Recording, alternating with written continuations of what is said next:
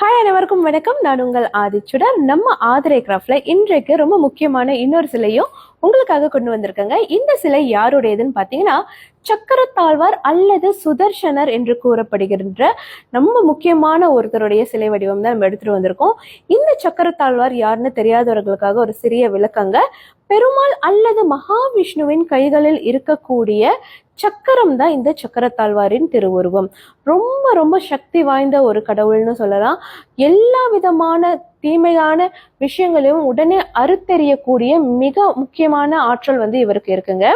இந்த சிலை வடிவம் எப்படி இருக்குன்னு நம்ம பார்க்கலாம். கீழ்ப்பகுதியில பாத்தீங்கன்னா அழகா ஒரு பீடம் அமைச்சிருக்காங்க. அதற்கு மேலாக நீங்க பாத்தீங்கன்னா ஒரு தாமரை மனையில் இந்த சக்கரங்களுக்கு நடுவே 16 திருக்கரங்களோடு சுதர்சனர் அல்லது சக்கரத்தாழ்வார் நின்ற கோலத்தில் இருக்கிறார். நீங்க பாத்தீங்கன்னா சுற்றியும் ஜுவாலைகள் இருக்கும். ரொம்ப ரொம்ப ஒரு பிரமாதமான ஒரு திருவுருவத்தோட இந்த சிலை வடிவமைக்கப்பட்டிருக்கிறது. அது மட்டும் இல்ல, இந்த சக்கரத்தாழ்வாரின் திருவுருவத்தில் இன்னொரு முக்கியமான விஷயம் என்னன்னு பாத்தீங்கன்னா, இதனுடைய பின் உருவத்தில் நீங்க பாத்தீங்கன்னா ரொம்ப அற்புதமான அறுகோண சக்கரத்தில் யோக நரசிம்மரும் இருப்பார்.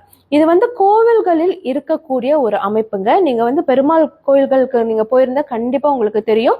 சுதர்சனருக்கு பின்னாடி யோக நரசிம்மர் கண்டிப்பாக இருப்பார். சோ இந்த ஒரு சிலையில இந்த 2 பேருடைய திருவுருவமும் ஒன்றாக வடிவமைக்கப்பட்டிருக்கிறது ரொம்ப ரொம்ப ஒரு அற்புதமான ஒரு விஷயம்.